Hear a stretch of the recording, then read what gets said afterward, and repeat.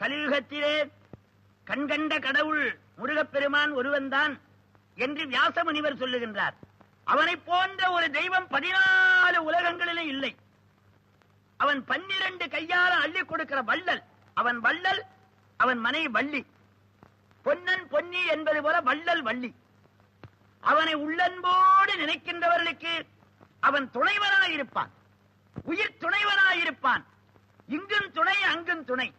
அவனை நினைத்தால் கேட்டது கிடைக்கும், நினைத்தது நடக்கும். முருகா முருகா. ஐயா பாத்தீங்களா பாத்தீங்களா, என் கஷ்டத்தை கேட்ட உடனே உங்களுக்கே கண் கலங்குது. என்ன காப்பாற்ற வேண்டிய அந்த முருக கல்லா இருந்துட்டானே. அப்பா, ஆண்டவனுடைய சோதனை எவனுக்கு கிடைக்கின்றதோ அவன் அருகிலே இறைவன் நெருங்குகிறான்.